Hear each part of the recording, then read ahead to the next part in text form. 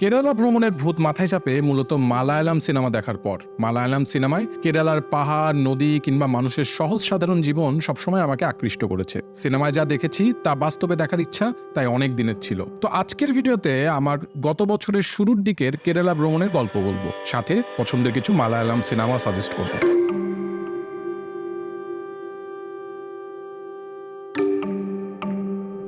গত বছরের শুরুতে চেন্নাই থেকে পন্ডিচেরি হয়ে বাসে করে প্রথম কেরালার ছোট্ট শহর কোচিনে পৌঁছাই।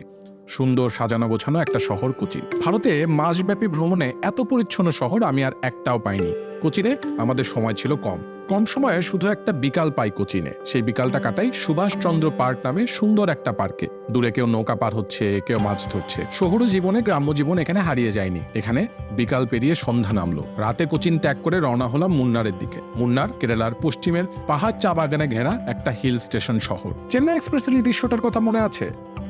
কিংবা চার্লির এই দৃশ্যটি, অথবা লাইফ অফ পায়ের এই দৃশ্যগুলো দৃশ্যায়ন করা হয়েছে মুন্নারে। মুন্নারে ঘুরে দেখার মতো অনেক জায়গা আছে, কিংবা বলা যায় মুন্নার পুরোটাই ঘুরে দেখার মতো।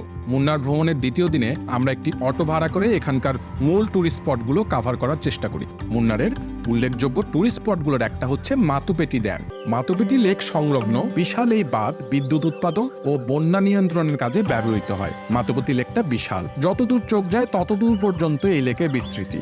প্রায় 13 থেকে 15 কিলোমিটার লম্বা এই লেকের পানিতে আপনি চাইলে বোটিং কিংবা কায়াকিং করতে পারবেন। মাতুপেটি বাঁধ আর ইকো পয়েন্ট পার হয়ে আঁকাবাঁকা পাহাড়ি রাস্তা দিয়ে এগুলে আরেকটি বাঁধ সামনে আসে। এই বাঁধের নাম কুন্ডালা ড্যাম। বিশাল কুন্ডালা বাঁধের উপর হেঁটে কুন্ডালা লেকের পাড়ে গিয়ে বসি। ইউক্যালিপটাস গাছ এখানে আকাশ ছুঁয়েছে। সামনে লেকের ঝকঝকে পানি, আরেক পাশে জঙ্গল, চারিদিকে সবুজ পাহাড় আর চা বাগান। মাতুপেটি লেকের মতো এখানে এত দোকানপাট গ্যাঞ্জাম নেই। এখানে লেকের পাড়ে বসে জীবন কাটিয়ে দেওয়ার ইচ্ছা করাটা অস্বাভাবিক কিছু নয়। কুন্ডালা ড্যাম থেকে আমরা ফিরি মুন্নারের মূল শহরের দিকে। মূল শহর থেকে কিছুটা দূরে মুন্নার টি মিউজিয়ামও বেশ ইন্টারেস্টিং একটা জায়গা। এখানে প্রথমে এই ব্যক্তি আমাদের চা নিয়ে অনেক জ্ঞান দিলেন। তার কথা সারমর্ম শুনে যেটা বুঝলাম, চা অত্যন্ত উপকারী ও বহু পুরনো একটি পানীয়, কিন্তু ভারতীয় উপমহাদেশে এসে বেচারা বিষাক্ত হয়ে গিয়েছে। চায়ের সাথে দুধ মশলা মিশিয়ে চায়ের অতীত গৌরবকে আমরা নষ্ট করেছি। চা বিশেষজ্ঞের জ্ঞানগর্ভ আলোচনার পর আমরা চা বানানোর পুরো প্রক্রিয়া দেখলাম। কিভাবে চা থেকে প্রক্রিয়াজাত হয়ে চা আমাদের কাপে এসে পৌঁছায়, পুরো প্রসেসটা দেখার সুযোগ এখানে আছে।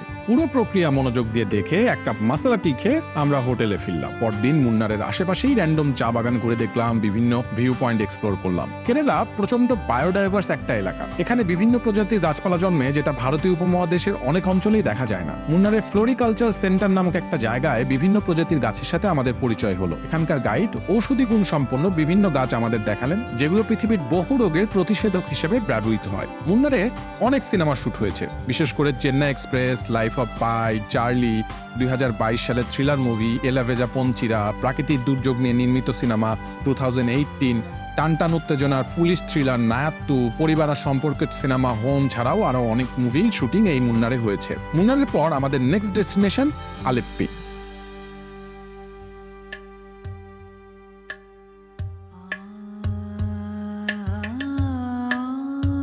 ইলসে সিনেমার জিয়া চালে গানটার কথা মনে আছে?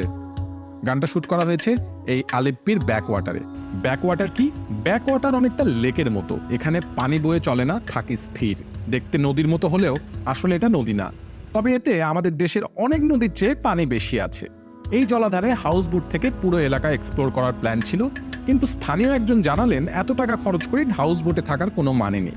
তাছাড়া হাউসবোট সব জায়গায় যেতে পারে না, নির্দিষ্ট জায়গায় থেমে থেমে থাকে। অতঃপর আমরা মূল শহর থেকে কিছুটা দূরে একটা হোমস্টে ঠিক করলাম। হোমস্টেটা খুবই সুন্দর, একদম ব্যাকওয়াটারের পাশে। হ্যামুকে সে দূরের হাউসবোটগুলো দেখা যায়। সকাল থেকে বিকেল কখন কাটে বোঝাই যায় না। কুড়ে ঘরের মতো কাঠের সুন্দর থাকার জায়গা, পুরোনো দিনের আসবাব, কাঠের দরজা জানালা, সামনের নদীর পাড়ে ছোট্ট উঠান, সবকিছু মিলিয়ে খুব গোছানো একটা সুন্দর হোমস্টে। কেরালায় আমার থাকা সবগুলো হোমস্টের নাম, হোটেলের নাম আমি ডেসক্রিপশন বক্সে দিয়ে দিব। আমাদের হোমস্টে থেকেই একদিন নৌকা ভাড়া করে বিশাল এই জলাধারের আনাচে কানাচে ঘুরে বেড়ালাম। পাশের গ্রাম, সবুজ গাছপালা দেখে মনে হচ্ছিল মালায়ালাম সিনেমার সেটে ঘুরে বেড়াচ্ছি। কি যে অদ্ভুত রকম সুন্দর। আলেপ্পিতে শুট হওয়া কিছু ভালো সিনেমা সাজেস্ট করে যাই। ফ্যামিলি ড্রামা এবং কমেডি ভিত্তিক cinema Thondimuthalum Driksakshiyum, thriller cinema Nizhal, superhero movie Minnal Murali, ভ্রমণ বিষয়ক সিনেমা, ইরফান খানের কারওয়ান, কমেডি মুভি আমিন সহ আরো অনেক সিনেমার শুটিং আলেপ্পি ও তার আশেপাশের এলাকায় হয়েছে।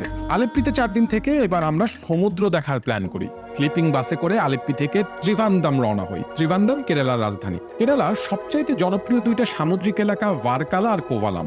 ট্রেনে কিংবা গাড়ি ভাড়া করে ত্রিভান্দাম থেকে এসব জায়গায় যাওয়া যায়। ত্রিভান্দাম শহুরে এলাকা, এখানে দেখার তেমন কিছু নেই। একদিন শুধু স্থানীয় জাদুঘরে ঘুরে বেড়ালাম। মিউজিয়ামের নাম ন্যাপিয়ার মিউজিয়াম। 100 বছর পুরনো এই মিউজিয়ামে ভারতের বিভিন্ন প্রত্নতাত্ত্বিক নিদর্শন স্থান পেয়েছে। পুরনো বিভিন্ন দেবদেবীর মূর্তি, বাড়িঘর, কালচারাল মনুমেন্ট, কাঠের নৌকা, পুরনো দেয়াল ইত্যাদি দেখে দিন পার করলাম। বিকেলের দিকে কারাক্কুনু প্যালেস নামক একটা পার্কের মতো জায়গায় কিছুক্ষণ বসে সময় কাটলাম।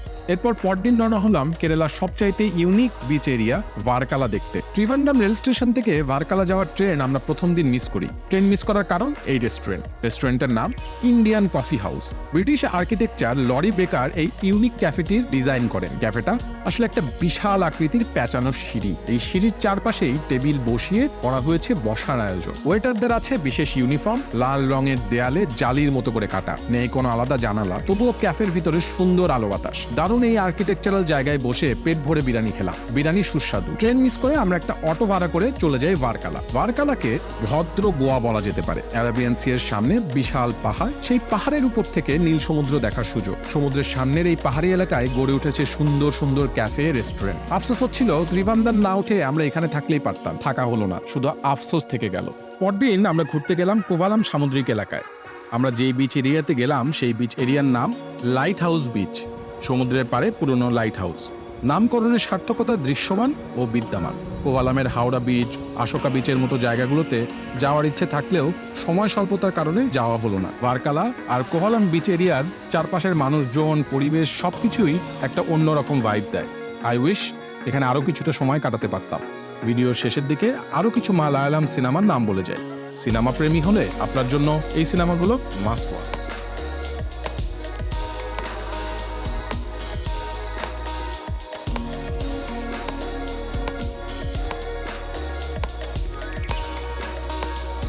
কেরালায় 15-17 দিন থেকে যেটা মনে হয়েছে যে কেরালা যথেষ্ট আন্ডাররেটেড একটা ট্যুরিস্ট স্পট। সিমলা, মানালি, কাশ্মীর নিয়ে যতটা কথা বলা হয়, কেরালার অদ্ভুত সুন্দর জায়গাগুলো নিয়ে সেভাবে আলোচনা হয় না। অবশ্য আলোচনা না হওয়াই ভালো। যত মানুষ তত দূষণ। হয়তো মানুষ কম থাকলে সুন্দর জায়গাগুলো বেঁচে থাকবে। ভারত ভ্রমণের সুযোগ সামনে আবার কবে হবে কিংবা আদৌ হবে কিনা সেটা জানি না।